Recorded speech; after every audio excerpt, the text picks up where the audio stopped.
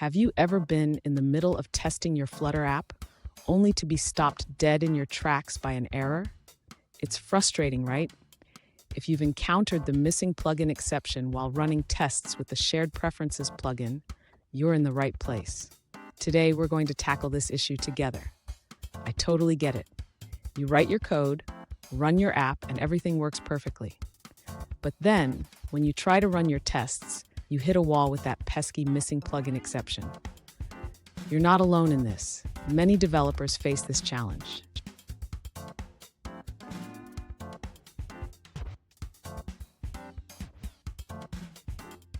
Here's the specific situation we're looking at. One user recently asked, "Why do I get a missing plugin exception when running tests that use the Shared Preferences plugin?" They shared their pubspec.yaml file and mentioned that the code works fine in the application itself.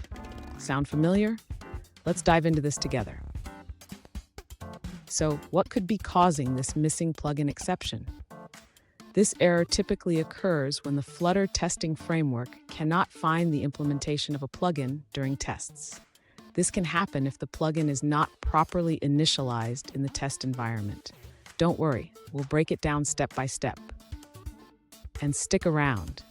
I've got a crucial tip at the end that will help you run your tests smoothly and avoid this issue in the future. To resolve the missing plugin exception, the user should first ensure that the test environment is properly set up to handle plugins. This involves using the Flutter test framework correctly. Next, the user needs to mock the Shared Preferences plugin in their test files. This can be done by creating a mock class that simulates the behavior of the shared preferences.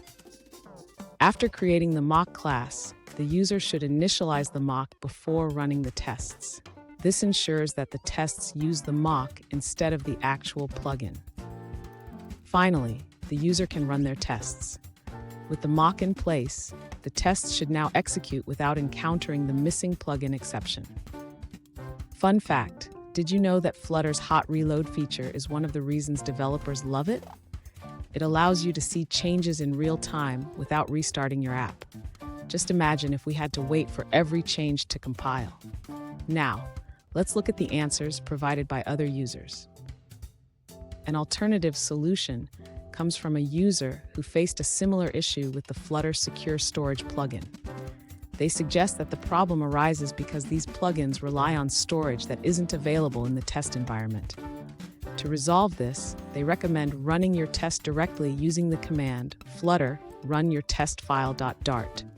This method executes the test in a simulator or device, which worked perfectly for them. That's it for that response. Let's explore another one. An alternative solution from a user suggests updating the Shared Preferences version to 0.5.12. They also recommend adding Shared Preferences.set mock initial values with an empty map before the runapp function in your main method. This approach resolved the missing plugin exception for them. Here's the tip I promised. Always initialize your plugins in the test environment and consider using mocks for a smoother testing experience. This habit can save you from a lot of headaches down the road.